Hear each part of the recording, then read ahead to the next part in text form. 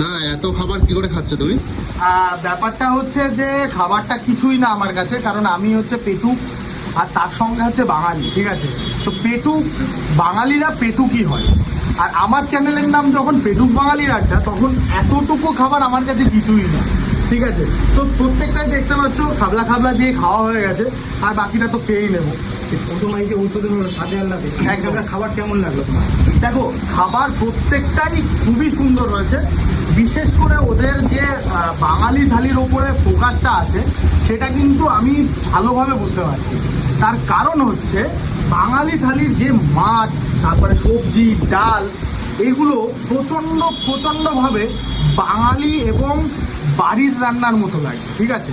তো 10-এ আমি কিন্তু আমার ভিডিওতে বলে দিয়েছি, 8.5 দিয়ে দিয়েছি আমি। তোমাদেরকেও বলবো যে তোমরা ট্রাই করো, এবং তোমাদের অডিয়েন্সদের বলবো অবশ্যই করে একবার করে বনগা যশোর রোডের পাশেই স্বাদে আহ্লাদে বাঙালিয়ানাতে এই খাবার খেয়ে তোমরা জানাও কমেন্টস করে যে তোমাদের কেমন লেগেছে, ঠিক আছে? তোমাদের আশা করি আমার থেকেও ভালো লাগে, ঠিক আছে? কারণ আমি এত কিছু খাচ্ছি, আমার হয়তো বা একটা পরে আর একটা নাও ভালো লাগতে পারে, কিন্তু তোমরা তো এত কিছু খাবে না, তোমরা অল্প কিছু খাবে, খুবই ভালো লাগবে তোমাদের, ঠিক আছে? তো আসো, অবশ্যই আসো, আর ভাইদের চ্যানেল এবং পেজ দুটোকেই সাপোর্ট করো, পাশে থাকো, কারণ আমাদের তোমরাই কিন্তু সব কিছু। তোমরা যত ভালোবাসা দেবে আমাদের কাজ করার আগ্রহ তত বাড়বে।